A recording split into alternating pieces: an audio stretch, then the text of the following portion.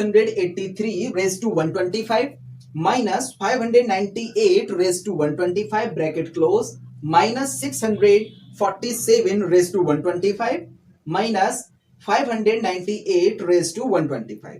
इसको हमें 36 से डिवाइड करना है इस नंबर को और रिमाइंडर हमें बताना है, ठीक है ना। तो जरा गौर से देखो, ब्रैकेट के ऊपर कोई पावर नहीं है, मतलब ब्रैकेट हटाया जा सकता है और इसको और सिंप्लीफाई किया जा सकता है। तो जैसे ही हम ब्रैकेट को हटाएंगे माइनस अंदर जाएगा और जो ब्रैकेट के अंदर 598 लिखे हुए हैं वो प्लस के हो जाएंगे, ठीक है ना। और यहां भी एक 598 लिखे हुए हैं जो कि माइनस के हैं, तो ये दोनों आपस में कैंसिल हो जाएंगे। तो नंबर कुछ इस तरीके का बन जाएगा 683 raise to 125 minus 647 raise to 125, ठीक है ना। चलिए कुछ बातें समझ लेते हैं बेसिक सी। अगर कोई नंबर इस फॉर्मेट में लिखा हो, ए बीच में प्लस या माइनस कुछ भी हो, बी और उसकी पावर सेम चल रही हो, ठीक है ना, तो हमेशा इस नंबर का फैक्टराइजेशन हो सकता है। फैक्टराइजेशन मतलब होता है गुणनखंड, मतलब नंबर को दो या दो से ज्यादा नंबर्स के प्रोडक्ट के रूप में रिप्रेजेंट कर देना फैक्टराइजेशन कहलाता है। हम ये भी जानते हैं कि फैक्टर्स हमेशा नंबर में कंप्लीटली डिवाइड करते हैं, मतलब रिमाइंडर 0 देते हैं, ठीक है। इस टाइप के टोटल 4 नंबर हम बना सकते हैं, जैसे a की पावर e1 प्लस b की पावर e1, a की पावर ऑड प्लस b की पावर ऑड, a की पावर e1 माइनस b की पावर e1 और फोर्थ बन जाएगा a की पावर ऑड माइनस b की पावर ऑड। इन्हीं में से कोई एक टाइप का नंबर हमें दिया जाता है क्वेश्चन में और हमसे पूछा जाता है कि डिवाइड करके रिमाइंडर बताइए या फिर ये बताइए कि इनमें से कॉमन फैक्टर क्या है। कुल मिला के डिविजिबिलिटी से रिलेटेड ही क्वेश्चन आता है। तो हम सबसे पहले ये पता करेंगे कि इन टाइप के जो नंबर्स हैं उनके फैक्टर्स किस टाइप के बनते हैं, ठीक है।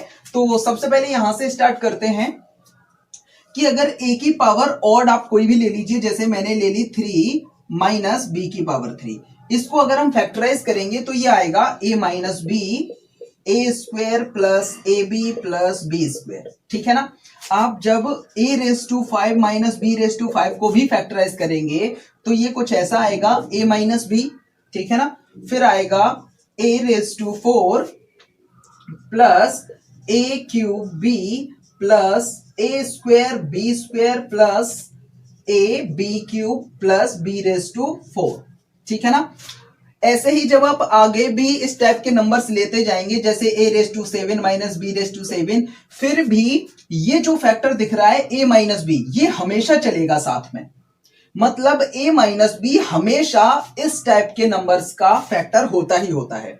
इसका मतलब ये है कि जब भी नंबर इस फॉर्म में होगा तो इसमें हमेशा a माइनस बी से डिवाइड किया जा सकता होगा, ठीक है ना। a माइनस बी से पूरा पूरा डिवाइड हो सकता होगा और रिमाइंडर क्या आएगा, 0 आएगा, ठीक है। इसी तरह से हम इस टाइप के नंबर्स का भी फैक्टर करके चेक करते हैं जरा। इस टाइप का एक नंबर ले लेते हैं, जैसे ए स्क्वायर माइनस बी स्क्वायर, ठीक है ना। पावर इवन है, बीच में माइनस है, तो इसको फैक्टराइज करेंगे तो ये आएगा a minus b a plus b, ठीक है ना।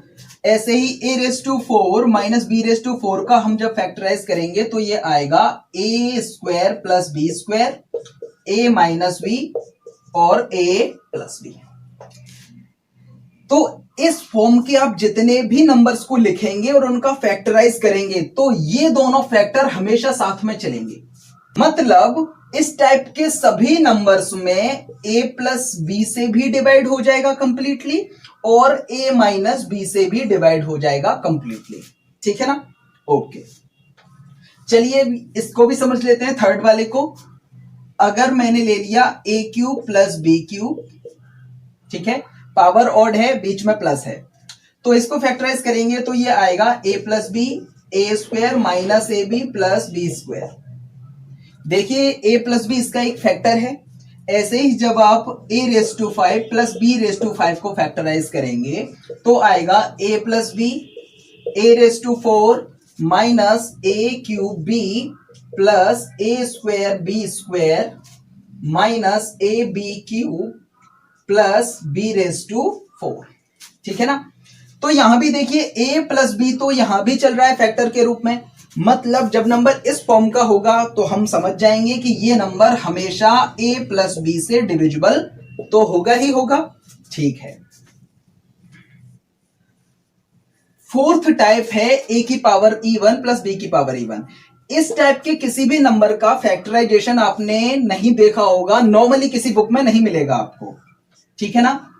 इसका मतलब यह नहीं है कि इसका फैक्टराइजेशन हो ही नहीं सकता, फैक्टराइजेशन हो जाएगा, लेकिन इसका जो फैक्टर्स आते हैं वो कुछ इस टाइप के आते हैं, a plus iota b into a minus iota b. ये आयोटा आपने क्लास 11th में पढ़ा था, इमेजिनरी नंबर होता है, और जब इसको किसी रियल नंबर के साथ लिखते हैं तो ये टोटल बन जाता है एक कॉम्प्लेक्स नंबर, यानी कि सम्मिश्र संख्या। ठीक है ना। तो ये दोनों ही सम्मिश्र संख्या हैं। इसके और भी फैक्टर्स हो सकते हैं, जैसे a plus B minus √2ab और a plus B plus √2ab। ठीक है। और भी एक और इसका फैक्टराइजेशन किया जा सकता है, a minus b plus iota √2ab और a minus b minus iota √2ab। But एक भी फैक्टर हमारे काम का नहीं है, इसीलिए यहां से कोई क्वेश्चन नहीं बनता, क्योंकि इसमें या तो कॉम्प्लेक्स नंबर्स हैं या फिर इरेशनल नंबर्स हैं, मतलब अपरिमेय संख्या है। तो इसमें ना ही a प्लस बी से डिवाइड हो सकता है, ना ही a माइनस बी से, क्योंकि इसका फैक्टर ही नहीं है, ना ही a प्लस बी ना ही a माइनस बी। ठीक है। और क्वेश्चन हमेशा इन्हीं से बनता है, या तो a प्लस बी या a माइनस बी से, इसलिए क्योंकि ज्यादातर आइडेंटिटीज में यही कॉमन है। ठीक है। तो इसको हम खाली रखेंगे, इसमें किसी से डिवाइड नहीं हो सकता, ना ही a प्लस बी से ना ही a माइनस बी से। अब ये चीजें भूल जाते हैं, ठीक है, तो उनको याद रखने का सबसे अच्छा तरीका यही है कि आप इनसे रिलेटेड कोई भी एक आइडेंटिटी याद रखिए, छोटी सी। इनसे रिलेटेड कोई भी एक आइडेंटिटी याद होगी तो आप तुरंत समझ जाएंगे। जैसे इससे रिलेटेड मुझे आइडेंटिटी कौन सी याद है, a cube plus b cube, तो जिसका फैक्टराइजेशन क्या होता है, a प्लस बी आता है ना शुरुआत में, तो a प्लस बी से ये डिवाइड हो सकता है। इससे रिलेटेड याद रखिए a square minus b square, तो a minus b a plus b से डिवाइड हो जाएगा ये। ठीक है। ऐसे ही a cube minus b cube इसमें याद रखिए। ठीक है ना। तो बहुत सिंपली सॉल्व हो जाएगा। ठीक है। एक तरीका और है इसको याद रखने का, फैक्टर थ्योरम।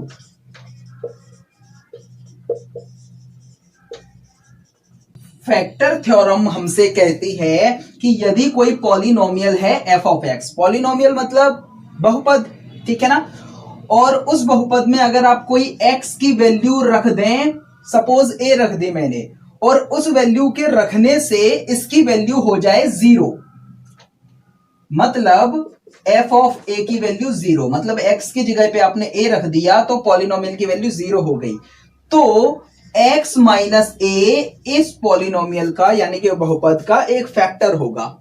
ये होती है फैक्टर थ्योरम। मैं आपको एग्जांपल देके बताता हूं, ऐसे ज्यादा क्लियर नहीं होगा। जैसे x square minus 5x plus 6, ठीक है ना, ये एक बहुपद ले लिया मैंने। अब जरा देखिए, अगर इसमें मैं x की वैल्यू 3 रख देता हूं, जैसे आप 3 रखेंगे तो 3 का स्क्वायर 9, 3 5 जा 15 माइनस के 15, यहां 9 है और ये 6 है, 9 और 6 हो जाएंगे 15, 15 से 15 कैंसिल हो जाएगा, तो इसकी वैल्यू क्या हो जाएगी, 0। ठीक है। तो x की वैल्यू 3 ली तो ये वैल्यू क्या हो गई, इसकी पूरी की 0 हो गई। इसका मतलब ये हुआ कि x माइनस 3 जो है वो इसका एक फैक्टर होगा, यानी x माइनस 3 से इसमें कंप्लीटली डिवाइड किया जा सकता है। ठीक है। इस थ्योरम का यूज करके हम इन सारे नंबर्स के फैक्टर्स पता कर सकते हैं। जैसे आप सोचिए कि अगर a की वैल्यू में यहां b रख दूं, ठीक है ना, a की वैल्यू में b रख देता हूं, तो b की पावर ऑड माइनस b की पावर ऑड दोनों कैंसिल हो जाएंगे, वैल्यू 0 हो जाएगी ना। तो a की वैल्यू b रखने पर इस पूरे की वैल्यू 0 हो गई, मतलब a माइनस b को इस साइड ले आओ, जैसे यहां 3 को इस साइड ले आए थे, x माइनस 3 हो गया था, b को इस साइड ले आओ, a माइनस बी इसका एक फैक्टर होगा। ठीक है। ऐसे ही इसको भी चेक कर लेंगे, यहां देखिए आप a की वैल्यू b रखेंगे तब भी दोनों कैंसिल हो जाएंगे, तो a माइनस बी फैक्टर हो जाएगा। और आप a की वैल्यू यहां पे माइनस बी रखकर भी देख लीजिए तब भी दोनों कैंसिल हो जाएंगे, ठीक है ना, क्योंकि माइनस की पावर अगर इवन हो तो वो पॉजिटिव ही हो जाता है, ठीक। तो इसके दोनों ही फैक्टर हो जाएंगे। यहां देखेंगे आप जरा, तो a की वैल्यू अगर आप माइनस बी रख दें, a की वैल्यू ये वाली रख दें माइनस बी, तो माइनस बी की पावर ऑड, माइनस बी की पावर ऑड यही रहेगा, और प्लस बी की पावर ऑड, तो ये दोनों कैंसिल आउट हो जाएंगे। तो इसका मतलब माइनस बी को इस साइड ले आइए, ए प्लस बी इसका एक फैक्टर हो जाएगा, ठीक है ना। तो फैक्टर थ्योरम से भी हम इजीली इसको याद रख सकते हैं, अदरवाइज वही तरीका है कि कोई आइडेंटिटी इससे रिलेटेड याद रखिए माइंड में, क्लियर। तो क्वेश्चन बड़ी आसानी से सेकंड्स में सॉल्व हो जाएगा। चलिए अब क्वेश्चन को भी सॉल्व कर लेते हैं। क्वेश्चन नंबर 7 है ये, ठीक है। जरा देखिए ये कौन से फॉर्मेट का है, पावर ऑड चल रही है और बीच में है माइनस, ठीक है। तो ये है इस टाइप का, यानी कि ये a माइनस बी से डिविजिबल होगा। a माइनस बी मतलब 683 माइनस 647, माइनस करेंगे तो ये आ जाएगा आपका 36, ठीक है ना। इसका मतलब ये नंबर 36 से डिविजिबल होगा, ठीक है। और क्वेश्चन में 36 से डिवाइड करने को कहा गया था, पूछा गया था शेषफल बताइए, तो ये तो 36 से कंप्लीटली डिविजिबल हो रहा है, मतलब रिमाइंडर 0 आएगा, रिमाइंडर ही फाइंड करना था। देखिए क्वेश्चन नंबर 8 को भी सॉल्व कर लेते हैं, वो भी ऐसा ही है, सेम टू सेम। देखिए जरा इसमें दो नंबर्स दे रखे हैं ब्रैकेट में और बोला गया है सार्व गुणनखंड याद करिए। सार्व गुणनखंड क्या होता है, सार्व का मतलब होता है कॉमन, गुणनखंड का मतलब होता है फैक्टर, ठीक है ना। फर्स्ट नंबर को आप देखेंगे तो देखिए जरा पावर जो चल रही है वो ऑड चल रही है और बीच में प्लस है, ठीक है ना। तो कौन सा टाइप हो गया, पावर ऑड बीच में प्लस, मतलब ये वाला, मतलब ये a प्लस बी से डिविजिबल होगा। a प्लस बी देख लीजिए, first number a plus b यानी कि 527 प्लस 473, ये टोटल हो जाएगा 1000, यानी कि फर्स्ट नंबर 1000 से डिविजिबल है, ठीक है। सेकंड नंबर को देखिए जरा, पावर चल रही है इवन और बीच में है माइनस, मतलब ये सम और डिफरेंस दोनों से डिविजिबल होगा, ये वाला टाइप है, ठीक है ना। तो ऐड करेंगे तो 1000 ही आएगा, दोनों को ऐड करेंगे, और डिफरेंस करेंगे दोनों का तो ये आ जाएगा 54, ठीक है ना। तो सेकंड वाला नंबर 54 से भी डिविजिबल है और 1000 से भी डिविजिबल है। हमें बताना है कॉमन फैक्टर जिससे दोनों में डिवाइड दिया जा सके, तो 1000 से दोनों नंबर में डिवाइड हो रहा है, ठीक है ना। तो इसका सार्व गुणनखंड क्या हो जाएगा, 1000 हो जाएगा, यही हमारा आंसर है, ठीक है। चलिए क्वेश्चन नंबर 9 को भी सोल्व कर लेते हैं। इसमें भी देखो जरा, पावर शॉर्ट चल रही है, बीच में प्लस है, मतलब ये a प्लस बी से डिविजिबल होगा, तो 23 प्लस 19 ये हो जाएगा आपका 42, ठीक है ना। मतलब ये 42 से डिविजिबल है, और सेकंड वाले नंबर में भी पावर ऑड चल रही है, बीच में प्लस है, मतलब वो नंबर भी 42 से डिविजिबल है। तो सार्व गुणनखंड बताना था, कॉमन फैक्टर, तो 42 से दोनों में डिवाइड हो रहा है, तो यही हमारा आंसर हो जाएगा 42। 9th क्वेश्चन को भी सॉल्व कर लेते हैं। एक छात्र को किसी नंबर में 34 से मल्टीप्लाई करना था, बट बाय मिस्टेक उसने 3 को 8 पढ़ लिया और 84 से मल्टीप्लाई कर दिया, जिससे उसका उत्तर सही उत्तर से कितना ज्यादा आ गया, 5600 ज्यादा आ गया। हमें संख्या बतानी है, तो मान लेते हैं संख्या x है, ठीक है ना, और इस नंबर में हमें मल्टीप्लाई करना था 34 से। बाय मिस्टेक इस 3 को मैंने पढ़ लिया 8, तो मैंने मल्टीप्लाई कर दिया 84 से उसी नंबर में, ठीक है, जिससे ये नंबर ज्यादा आ गया। कितना ज्यादा आ गया था, 5600, तो मैंने इक्वल में रख दिया 5600। सही उत्तर से ये वाला नंबर ज्यादा आ गया, तो जितना ज्यादा है घटा के हमने इक्वल में रख दिया, ठीक है। इसको सॉल्व कर लेते हैं, तो ये आ जाएगा 50x इक्वल 5600, डिवाइड कर दो जरा फुर्ती से, तो ये आ जाएगा 112, मतलब x की वैल्यू आ गई आपकी 112, और यही नंबर हमसे फाइंड करने को बोला गया था।